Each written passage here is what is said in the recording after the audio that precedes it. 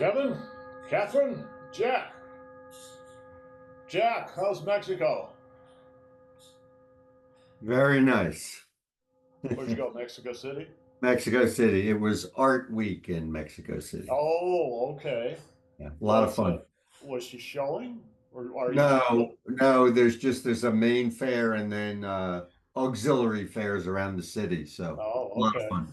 So it kept you busy, huh? Yeah. Kevin, how cold is it there? Well, when I had snot sickles walking the dog, it was uh, wind chill down to 22. Oh, it was 18 here this morning. It was quite cold. We don't usually get that cold. Catherine, how is it there?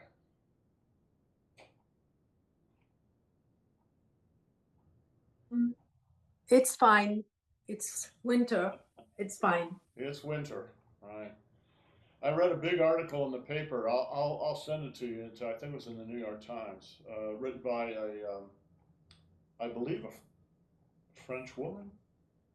But No, it was not a French woman. It was actually an American living in Paris, and he's an older guy. I've sort of read a lot of his stuff over the years. Anyway, he was kind of looking at the French political and economic scene, and basically saying you guys were going to hell in a handbasket, it's a mess. Yeah. just like we're going to hell in a handbasket. No, So. no. Let's not compare. Let's not compare.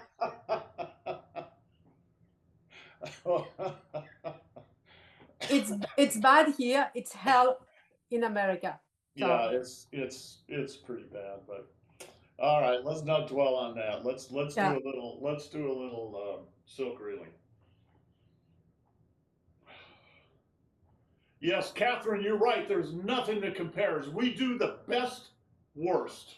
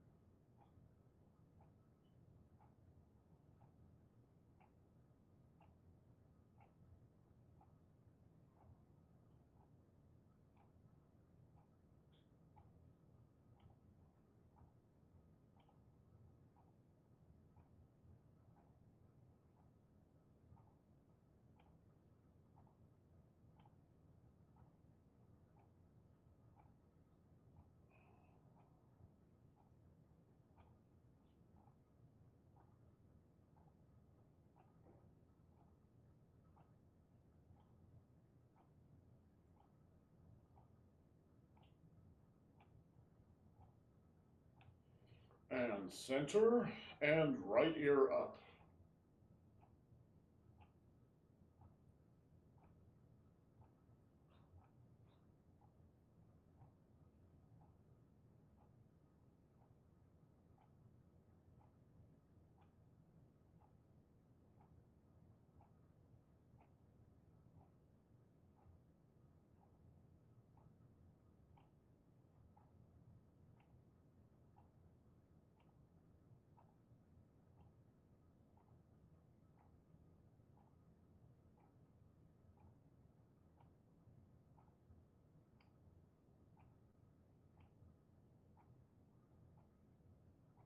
And relax and left ear up.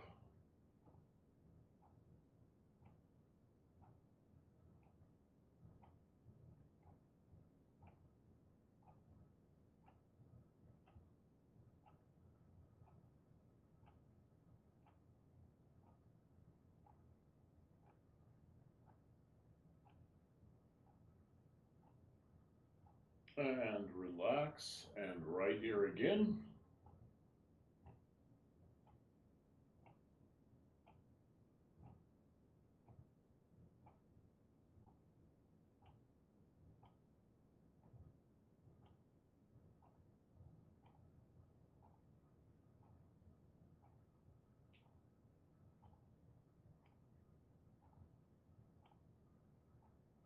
And relax, and left ear again.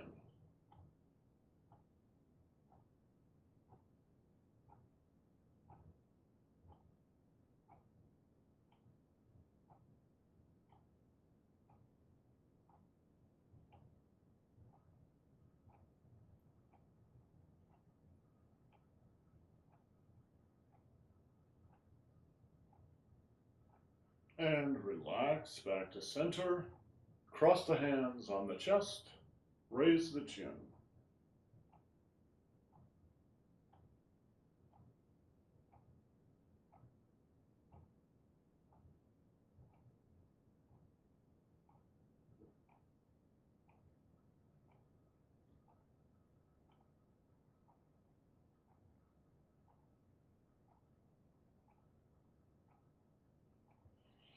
And relax. Drop the chin to the chest. Tuck it in and raise the back of the neck.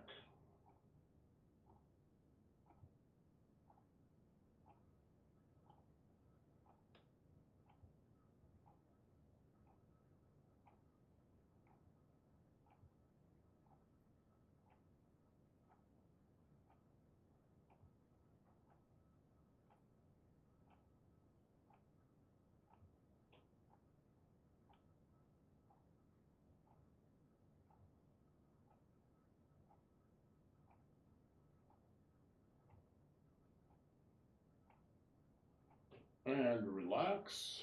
Cross the hands on the chest again. Raise the chin.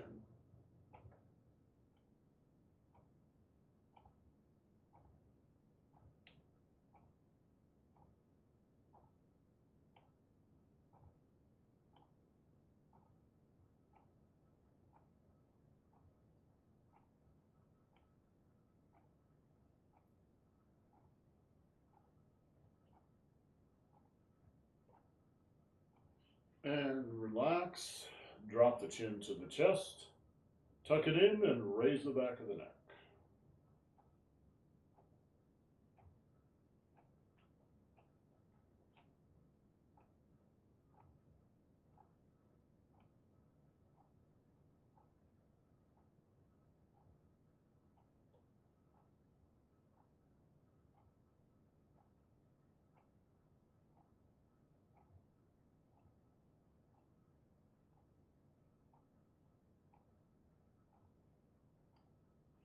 And relax back to center. Head rolls.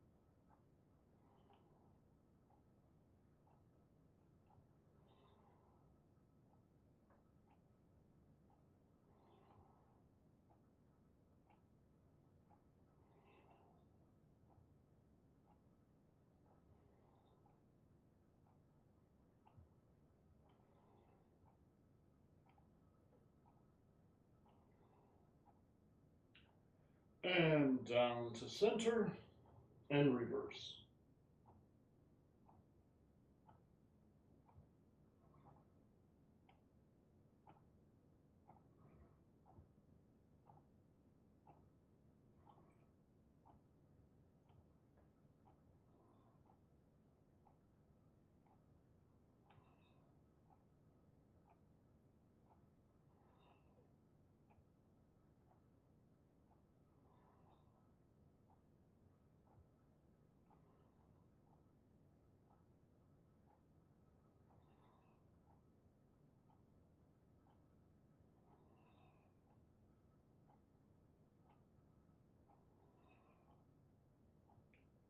And down to center and back up.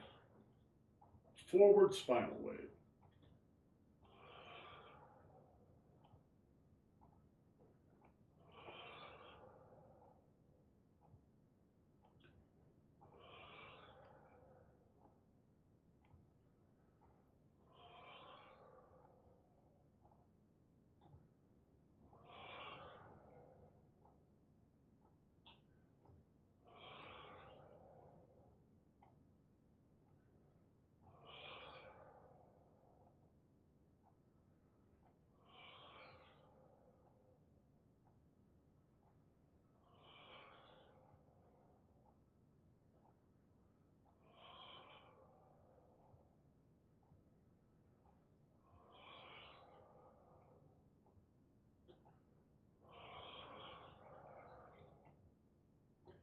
and reverse.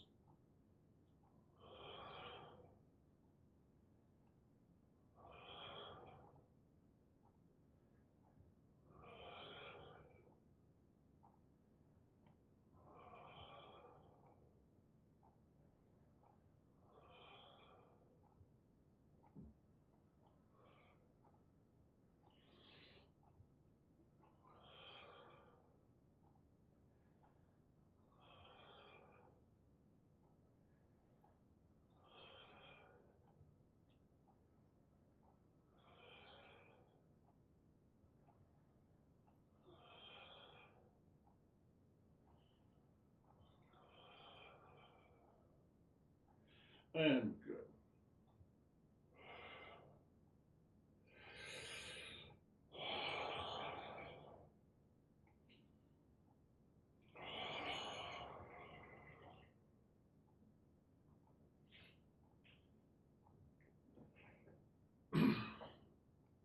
The KUA.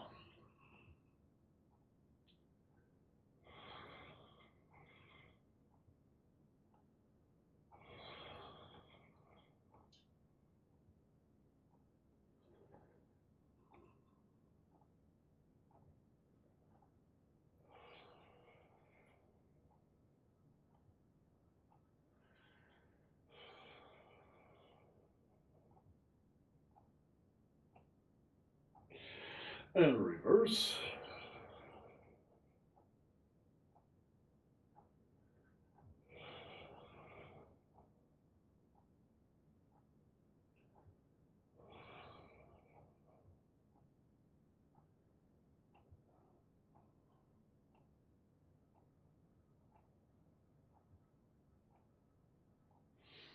And good.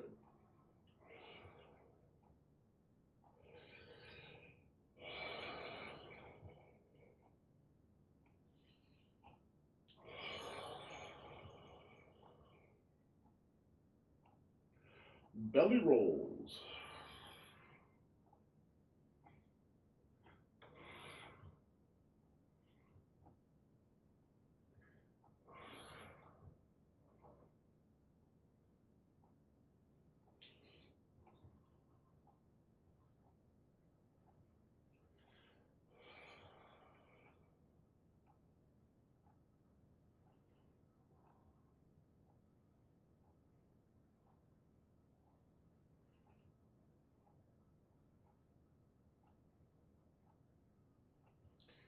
And reverse.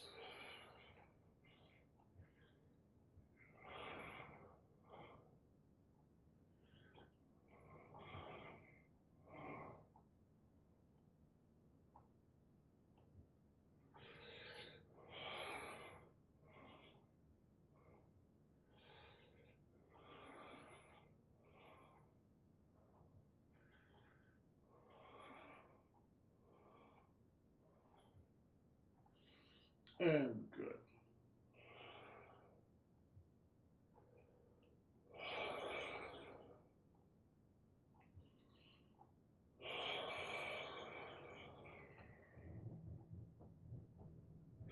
The windmill.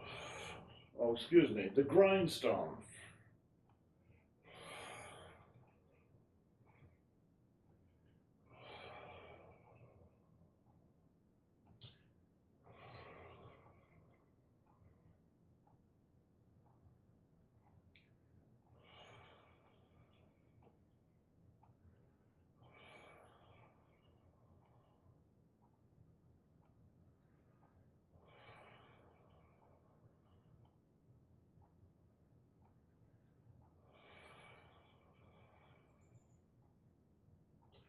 And reverse.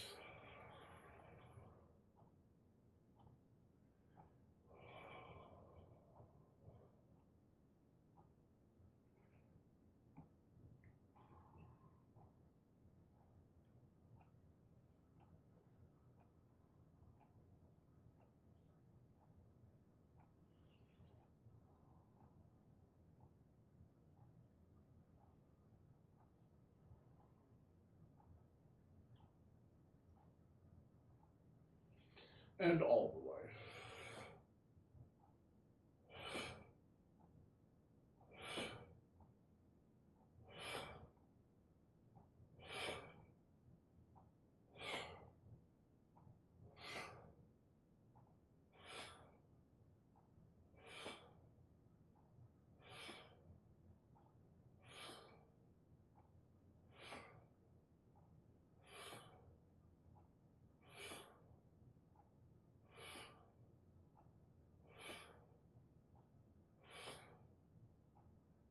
And reverse.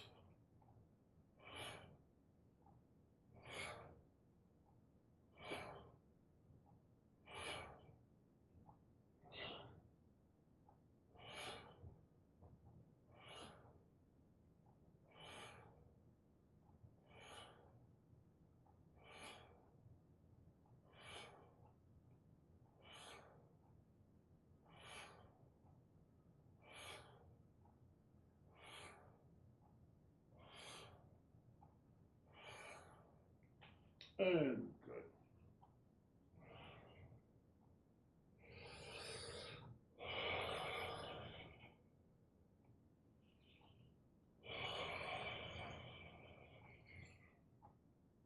And squats, starting on the left leg.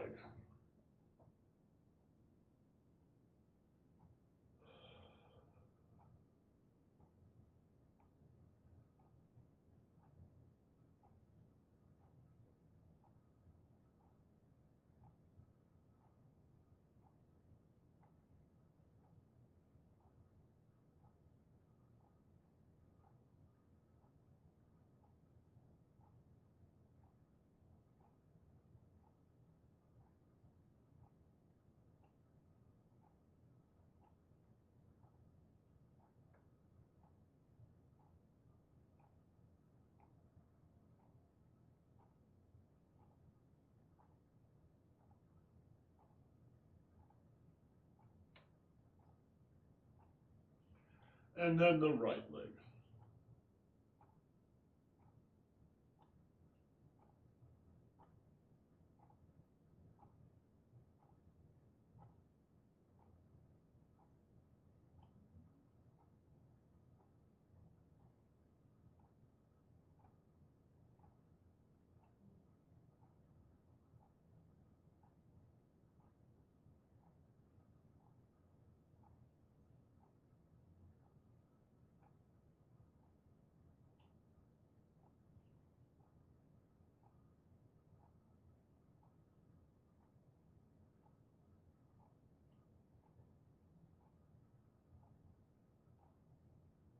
And the left leg again.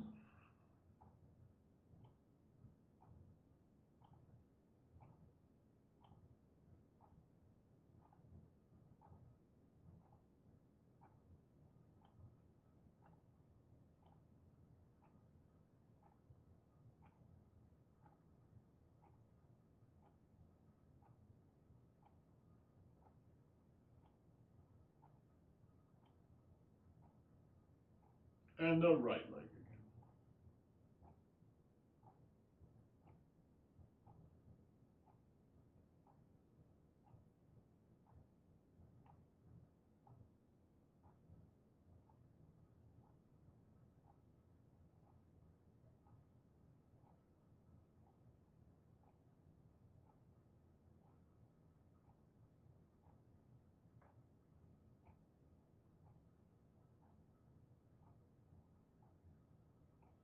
And prayer position.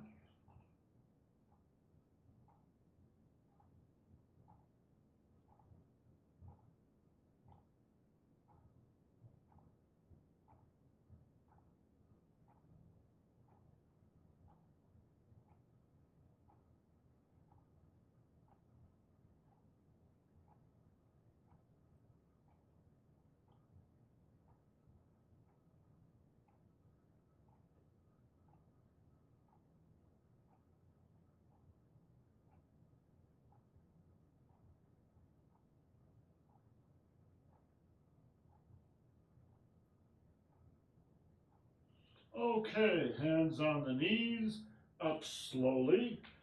Keep your head down a moment.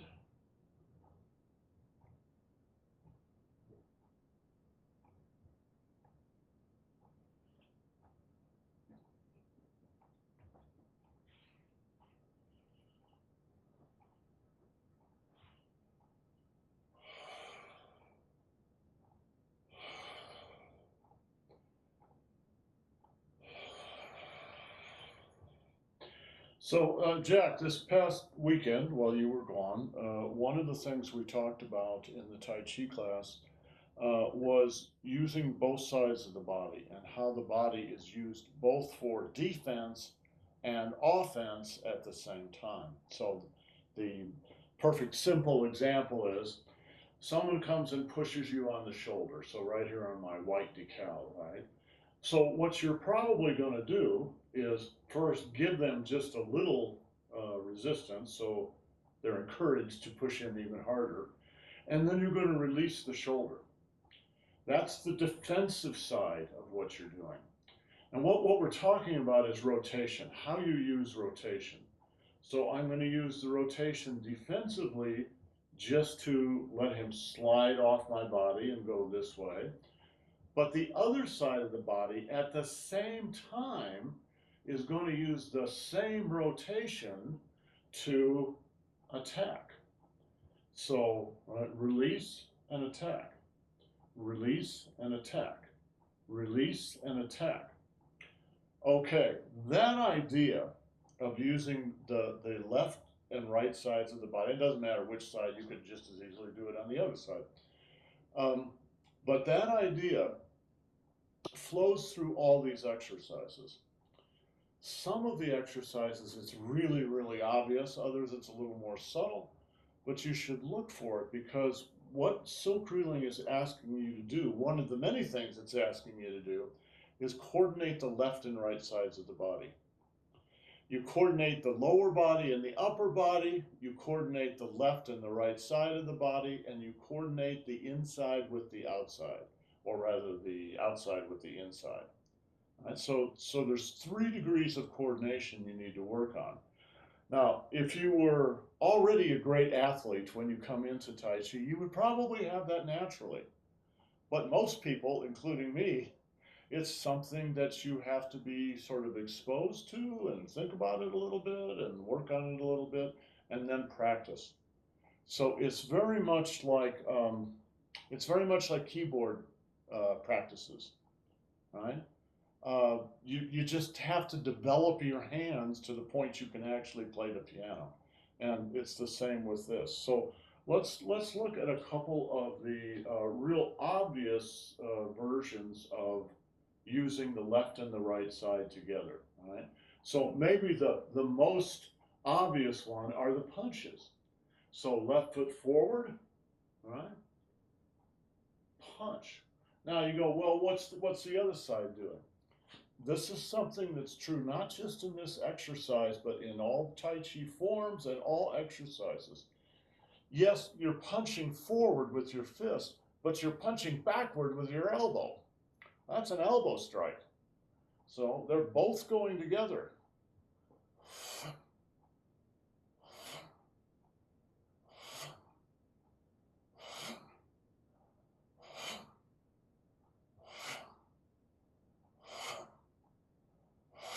On the other side, right foot forward.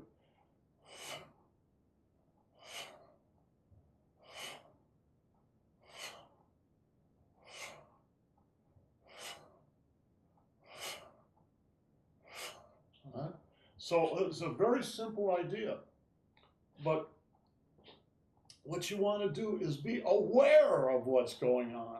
All right? It's really easy to be aware of the punch going forward because you can see it, right? And you're focusing on this. You sort of forget about the other side, but don't.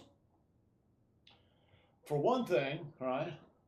It's actually a strike backward. For the other thing, if you want to power the punch forward, you've got to punch backward at the same time. Because for every action, there must be an equal and opposite reaction. When you do that, what are you using to do that?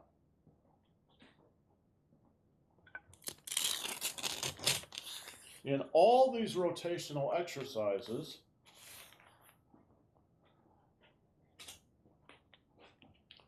right, you're using your daimai. Right?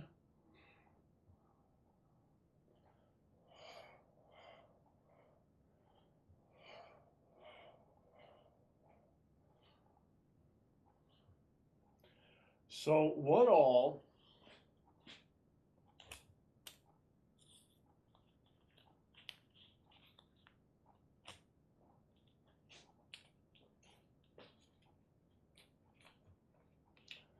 Right? What all are you using? Well, the first thing you're doing is always the main thing. Is you're shifting your weight. You're shifting your weight. 1, 2, you're using your own weight. Right? Mass times acceleration. Mass, acceleration. Right? And your acceleration is going to be higher if you use your left side too, with a right fist punch. Right? So, waist turn. And now the KUA. The KUA are really important in this.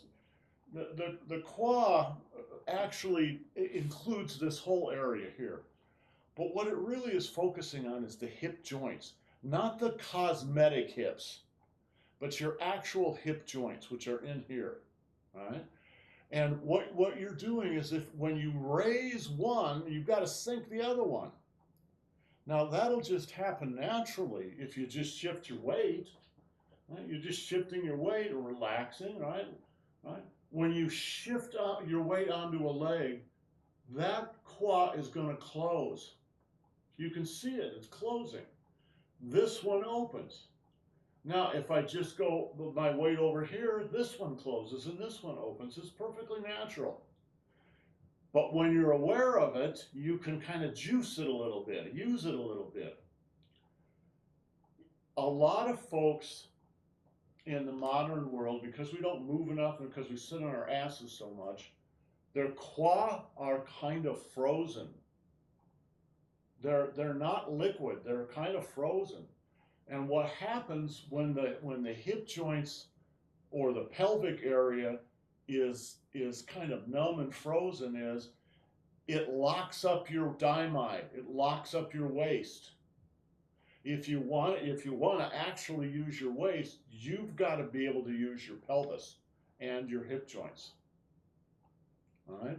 So your weight shift, and then the KUA, and then the daimai, and the danchin. That's true for all these exercises.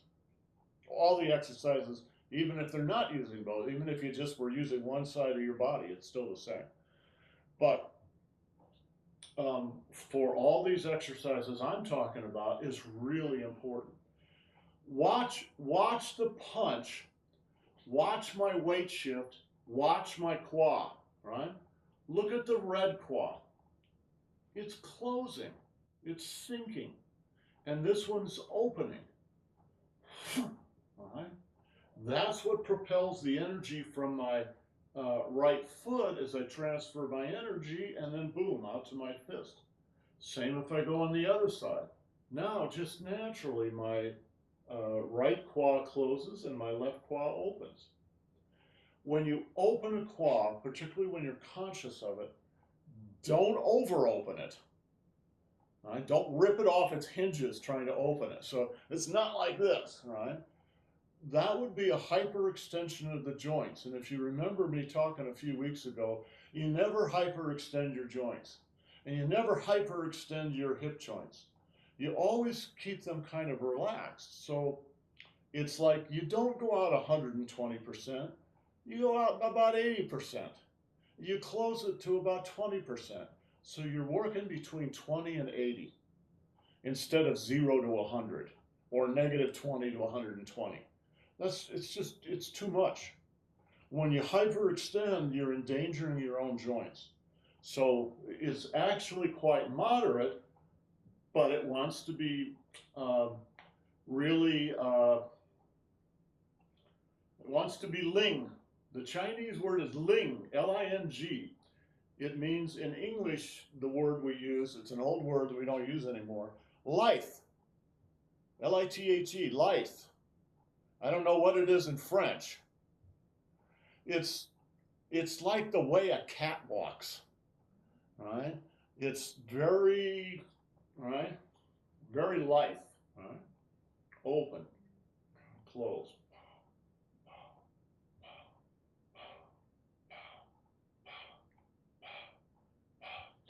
Let's do another one. We'll do 2 more.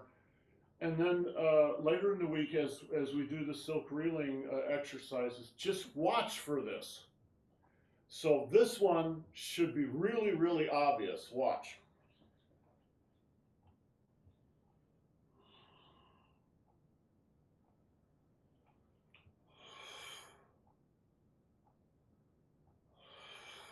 Right?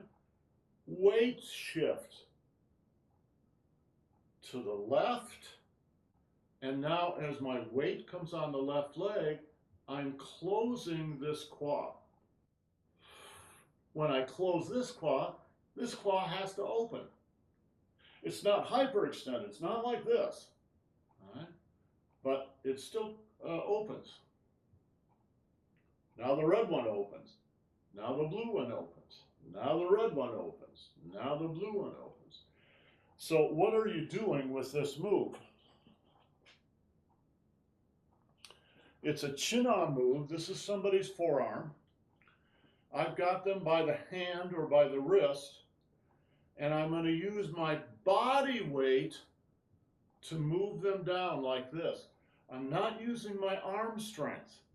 Watch my arm. It doesn't really move. I'm closing here, and that's what forces his arm down. When you do that, watch, this is kind of tricky. When you do that, you're also twisting. That comes from turning the dantian. Watch my dantian. Right? So I'm turning his arm, I'm turning it this way. You could say clockwise. The other hand is doing just the opposite. It's going counterclockwise. Right? This one goes clockwise, this one goes counterclockwise. And so what happens to the poor guy's arm is it's just like his arm is a dish rag and you're wringing it out.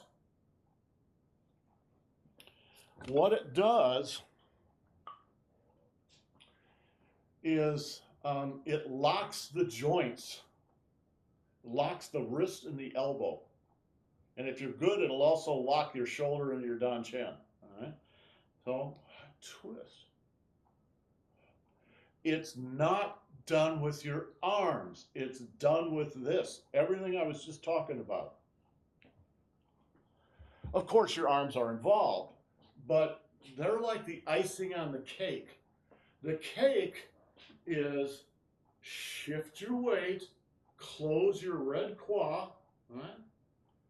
And then open and close again and open and close again. So the point of doing exercises like this is to exercise this down here as well as the whole body. It's not really to exercise the arms. Yeah, of course they're going to get some exercise, but they're, like I said, icing on the cake. All right. If you want to get a little more exercise, then you do it like the young guys do it, right?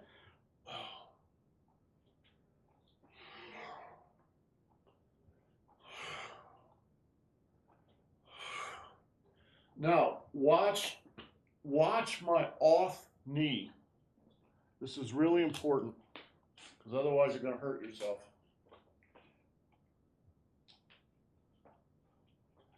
I'm going to do it wrong first, like Catherine's doing it.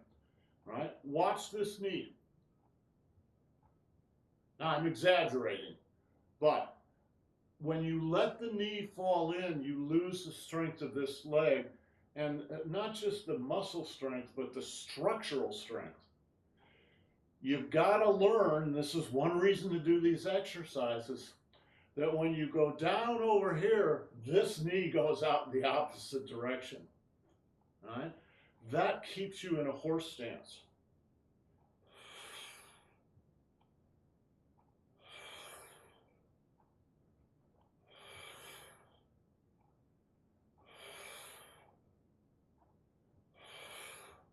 Now, something you can, as you practice this, and we'll do 5 or 6 thousand of them every day for the next few days, just so you get a little practice. When you practice at home in front of your mirror, which I know you have mounted somewhere in your bedroom, a big mirror, watch your own KUA. The thing you've got to learn to do is to sink in the hip joints. Because if you don't, what will happen is it will distort your body conformation. And you will end up sinking in the knees and then maybe in the head, but you won't be sinking in the KUA. And when you get out there in real life and you get into a rumble some night on the street, like Catherine does every Friday night, you go out drinking and you get into a big fight, right? You can get yourself into trouble because it won't work. Right? I'll show you what I mean. Or, in fact, I can't even do it wrong. I've been doing it right too many years. You have to bend at the hip joints, not the waist, not the knees, at the hip joints, right? And the way to think about this is it's not bending like this, guys. It's not bending like a hinge. We use the word bend. We should find a different. Well, the word we actually use is close. It's bending like this. It's closing like a big spring. Right? Close, open, close, open. So you can think of one way to think about this is there's a line from the bottom of your foot, from the yin xuan acupuncture point, up to the hip and then to the dan qian. That's the axis of the spring. So what you're doing is closing the spring, opening the spring, closing the spring, opening the spring, closing the spring, opening the spring, and the other side, closing the spring, opening. In fact, we'll do that exercise. I think that's a really good exercise to do for the rest of the week and work up toward these other more complex versions of it. Try this. All right? Close. You're going straight down. Close. Open. Close. Open. Good. Close. Open. Close. Open. Close. Open. Close. Open. And the other side. Close. Open. Close. Open. Close. Open. Close. Open. Close. Open. Close. Open.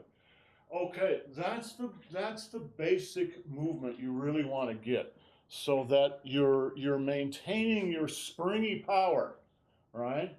It's closing and opening and closing and opening. It's not doing this. It's not bending it one way or another. It's going right down its own axis. Boom.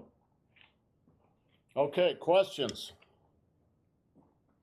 All right. Catherine likes it. This is actually a really important key for Tai Chi. I think it also actually applies to Qigong. The two are so closely intertwined, but it's absolutely essential for Tai Chi. All right. Okay, guys. We'll pick it up tomorrow, and we'll practice this some more tomorrow. Ciao. Have a good day.